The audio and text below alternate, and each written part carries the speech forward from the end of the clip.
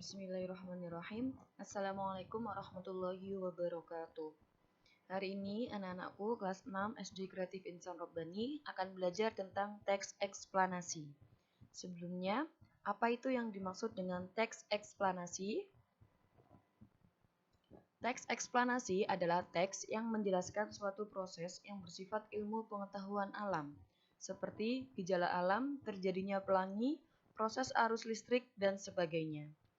Teks eksplanasi berisi fakta yang dapat menjawab pertanyaan tentang bagaimana dan mengapa pada suatu fenomena terjadi. Jadi, teks eksplanasi ini berisikan tentang informasi yang sudah nyata, yang sudah dipertanggungjawabkan kebenarannya. Fungsi teks eksplanasi yaitu untuk memberikan penjelasan kepada pembaca tentang proses terjadinya sesuatu yang disusun menurut prinsip sebab akibat. Penjelasan yang dipaparkan berdasarkan bidang keilmuan atau bersifat ilmiah yang sudah terbukti, yang mengacu pada fakta, realita, teori, dan hasil penelitian yang dilakukan oleh ilmuwan. Jadi ini bukan opini, bukan pendapat, melainkan yang bersifat ilmiah yang sudah terbukti nyata. Selanjutnya, struktur teks eksplanasi di sini ada 3. Yang pertama, pernyataan umum atau disebut pembukaan, yaitu berisi penjelasan awal tentang latar belakang, keadaan umum atau definisi suatu peristiwa atau fenomena dan pengalaman yang terjadi.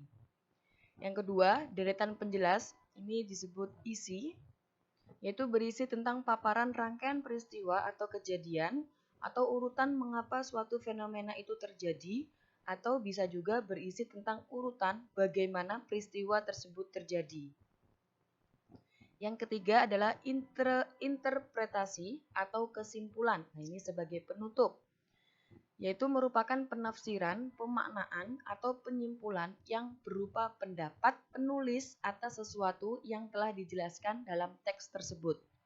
Jadi pernyataan umum itu penjelasan awal, yaitu latar belakang pada suatu teks, ya, suatu fenomena, kemudian dibuktikan, ya, ditulis pada deretan isi, kemudian yang terakhir adalah kesimpulan, yaitu pandangan atau pendapat dari si penulis. Jadi ini adalah teks atau struktur teks eksplanasi. Ya, tolong diingat-ingat ada 3 struktur teks eksplanasi. Selanjutnya yaitu ciri-ciri teks eksplanasi. Di sini ada 5, ya. Yang pertama adalah ilmiah, yaitu fenomena yang dijelaskan berdasarkan konteks ilmiah berupa fakta, realita, teori, dan penelitian. Yang kedua adalah logis, yaitu penjelasan fenomena dalam teks eksplanasi bersifat logis dan teoritis, tidak mengada-ada. Yang ketiga adalah objektif. Penjelasan dalam teks dapat disertai argumen yang bersifat objektif dengan didukung teori yang relevan, sehingga dapat pula dijadikan rujukan yang valid. Jadi objektif itu nyata ya, sesuai dengan kondisi, tidak diada-ada ataupun tidak subjektif, seperti itu. Yang keempat ciri-cirinya yaitu bukan teks eksposisi.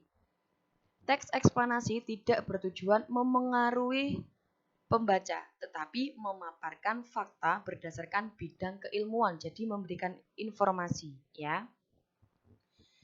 Yang kelima, bukan teks prosedur. Walaupun tadi sudah ada langkah-langkahnya, tetapi di sini teks eksplanasi bukan menjelaskan proses yang alami, tidak disadari, dan melalui jangka waktu yang panjang.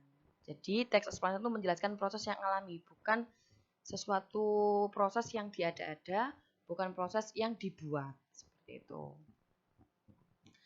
Selanjutnya adalah langkah menulis teks eksplanasi. Jadi ini tolong diperhatikan, nanti insya Allah anak-anak akan ada waktu untuk menulis teks eksplanasi.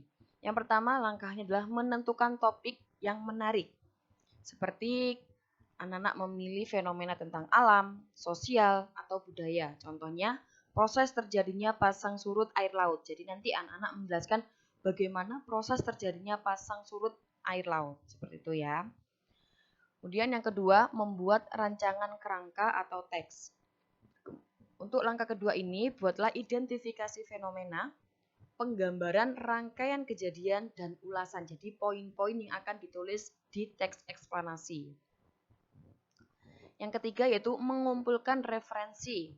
Cantumkan fakta dan data yang kamu kumpulkan pada bagian penggambaran rangkaian kejadian. Jadi referensi ini untuk mendukung adanya isi teks yang kalian buat. Jadi dari berbagai sumber, boleh melalui media cetak, buku, ataupun internet. Yang keempat, mengembangkan teks. Dari kerangka yang dibuat pada poin kedua, kemudian anak-anak mengembangkan kerangka karangan hingga menjadi teks eksplanasi yang utuh.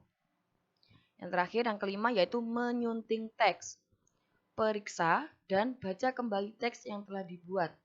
Suntinglah jika ada kesalahan dalam penulisan. Menyunting ini itu seperti mengecek kembali. Seperti itu ya. Oke, ini ada contoh teks eksplanasi tentang Candi Borobudur. Nah, ini sudah melalui riset. Ya, itu. Oke. Kemudian ini selanjutnya adalah penugasan. Pahamilah struktur dan ciri-ciri teks eksplanasi. Kedua, bacalah beberapa teks pada buku siswa tema 3. Carilah 5 judul teks pada buku tema 3 yang merupakan teks eksplanasi. Jadi silakan anak-anak membuka buku tema 3, satu buku itu ya, silakan dicari, dibaca dulu teksnya, kemudian dicari 5 judul teks yang merupakan teks eksplanasi. Ya, ingat struktur teks eksplanasi ada 3, ya. Kemudian tulislah di buku tulis terkait judul dan halaman teks yang merupakan teks eksplanasi. Tulislah seperti pada tabel di sebelah kiri, yaitu nomor, judul teks, dan halaman berapa pada buku siswa tema 3. Itu saja yang bisa disampaikan Ustazah pada hari ini. Kurang lebihnya sudah mohon maaf. Jazakumullah khairan katsiran. Wassalamualaikum warahmatullahi wabarakatuh.